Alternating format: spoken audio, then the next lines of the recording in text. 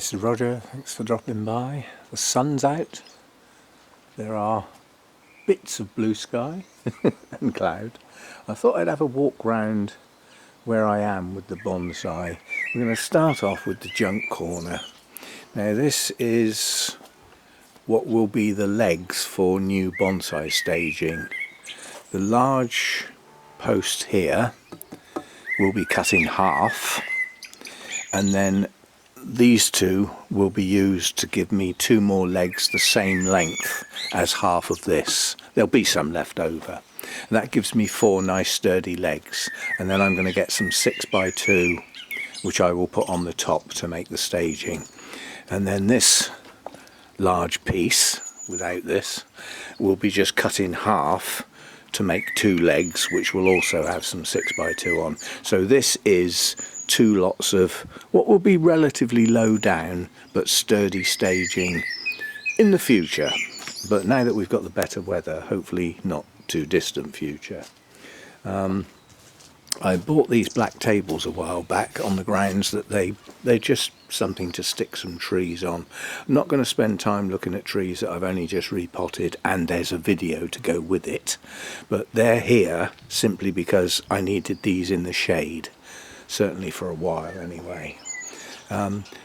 This one over here gets some sun for part of the day, but not a lot. A little concerned that these leaves are very pale.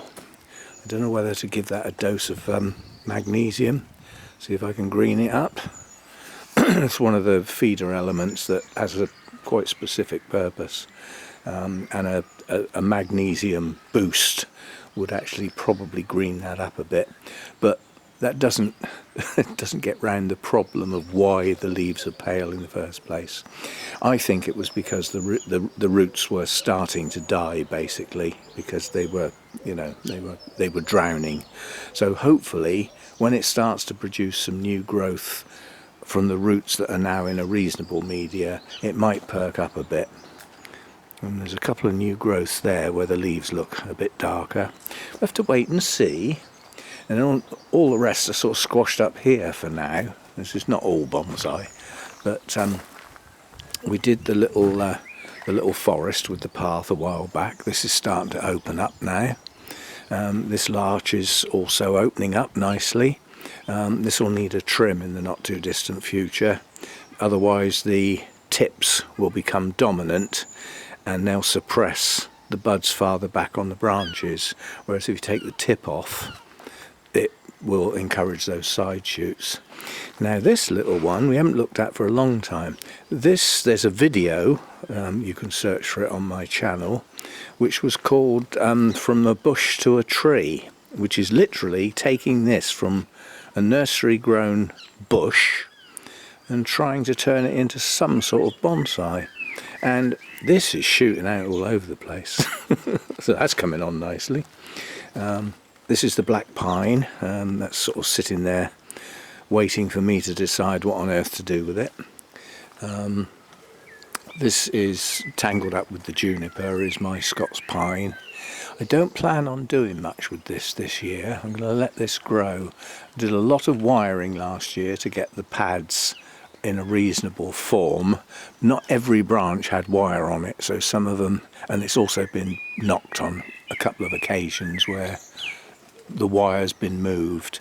But all I plan on doing this year really is, because I now class this as refinement rather than development, because my pads are a nice size now, quite happy with a silhouette, all I want to do is maintain that now. So for probably the first time ever on this tree, we will be candle pinching to maintain shape, and that will be done as and when the candles grow. I got a feeling some time ago I did actually have a go at this, and where there were 2 or 3 buds I actually took them down to 1. So in the main there aren't lots of buds to take off. We've just got a nice even spread of buds coming up. That's the theory anyway. Down below stairs here, this is my Zelkova serrata, and out of the trees I've had, this is the one that always looks as though it's died, because it leaves out so late compared with all the others. Little juniper here that was bought at an auction. That's had some shaping done on it already. Still got the wire on, so I won't be doing much with that. It doesn't need a repot. It was recently potted, and this has had a bit of wire put on it to get a little bit of shape in the base of the trunk. I'm hoping to just get this to grow. I noticed we've got a back bud on that bend. That's brilliant. That's good. That came with some trees that were effectively dead online, and that's nothing like what I thought I was buying. I'm not sure I'll even keep that. I don't know what to do with that. It's just a stick. I'm not going to live long enough for that to be any good. And these are my buddleias to get some butterflies in the garden. They're nothing to do with bonsai. These are my 6 blackthorn or quickthorn, whichever you want to call it. Some of these had their tops taken out. They've all got leaves on, so they've all survived the winter. Some are growing on better than others, and the idea with this is to form a clump, so they will all be clustered together, but not this year. They were potted up last year from bare rooted online purchase, so they'll be allowed to grow this year, and I'll keep my eye on rampant leaders like that and take those out. Try and keep it a bit more bushy down below.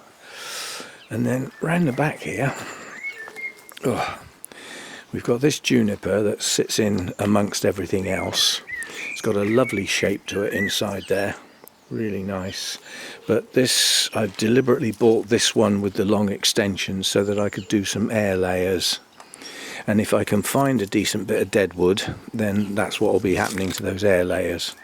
They'll get embedded into the dead wood to... there's a special name for that, but I've forgotten it. And then round here is the giant weed. We'll have that out if it'll come out. Yes, it will. And what sort of weed that is. And it's also got this moss on that needs coming off. But this is just a Scots pine that I pulled out of the ground last spring, stuck it in a pot, and it's growing. It's got buds that will need thinning out. It's not a brilliant shape, but we'll do something with it. And then my beech tree, this is the last one that I ought to repot, and I might not. It's in a relatively shallow pot, and I've got a feeling I've got my notes wrong, because I've got a feeling I did repot that not too long ago. It drains okay, and the fact that it's a relatively shallow pot means that it's not going to stay too soggy. And last year it was vigorous, it grew very, very well, so I might actually not bother repotting that this year. We shall see. That had some wire put on, some of which is really badly bitten in, so we'll have to take that wire off. It's only there. I think that's the only place it's bitten in badly, but yeah, I mean that's forget which is the front on that. Was it this way round?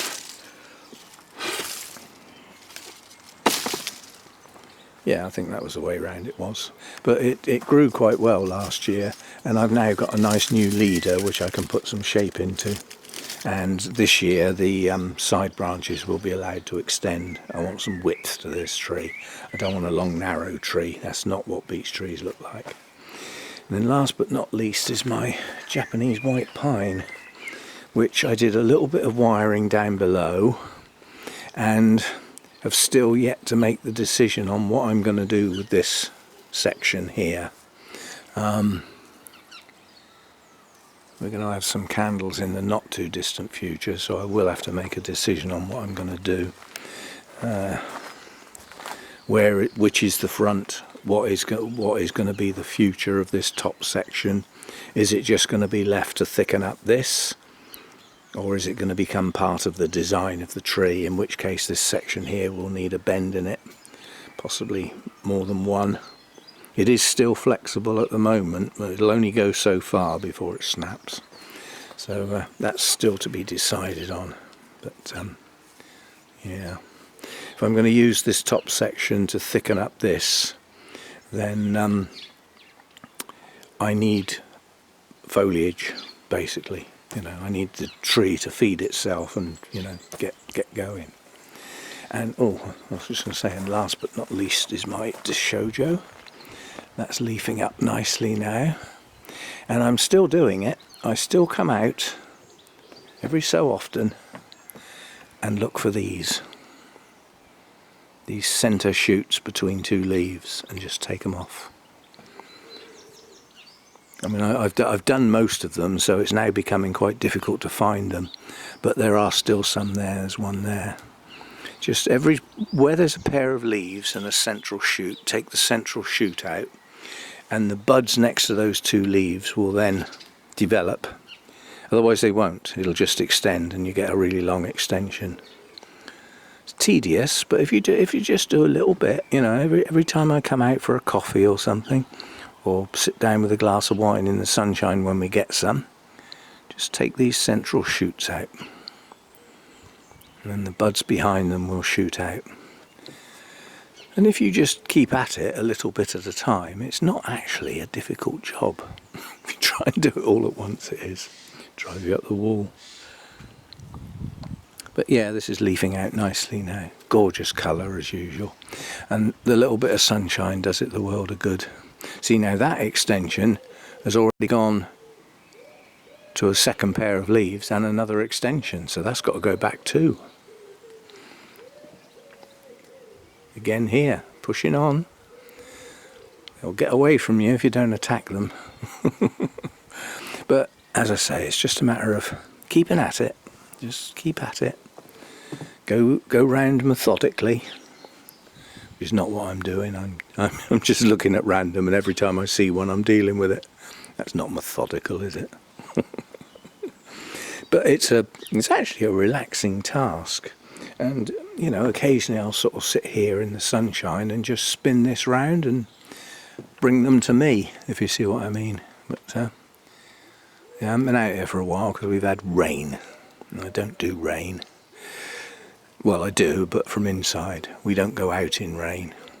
Rain is for looking out of the window at, not for being in.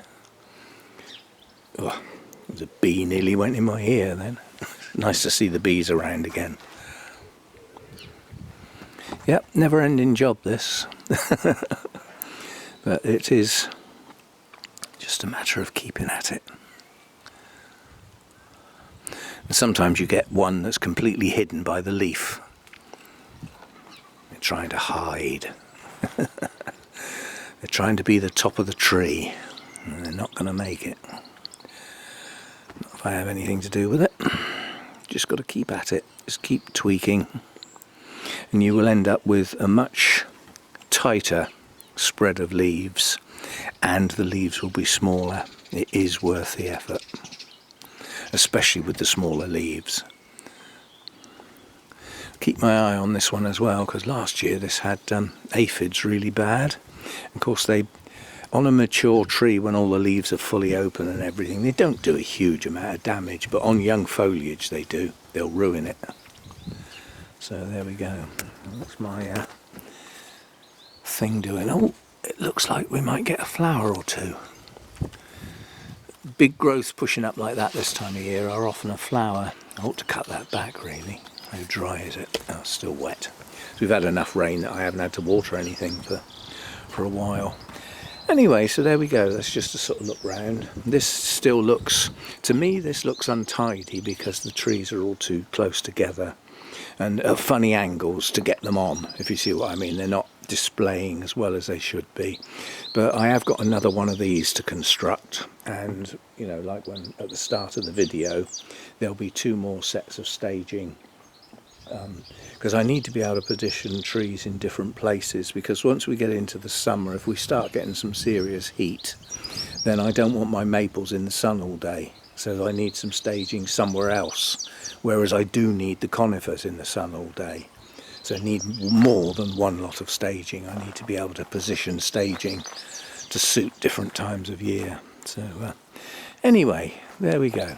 Just to look round, and yeah, I'll see you next time. Thanks for dropping by. Nice to see the sun. Here comes the sun. It's a cue for a song, I think. Bye for now. as always, I always forget something. It's these 3 maples. These 2 were repotted recently, so we've had a good look at them. But this one's leafing out nicely. This one needs the same treatment as the Deshojo that we've just done. But it's not so vigorous and it's not such a big tree, so there's not so many to do. But it still needs the same job done on it. It still needs those central shoots taken out to keep it nice and tight. So that's that. And this one's only just starting to leaf out, so this one, you know, still needs doing. And the sooner you get at these central shoots, the better, because then you stop the extension before it starts, which is the general idea. But it's just a job that I do every now and again. I just come out and have a walk round, see how many I can see, and just take them off.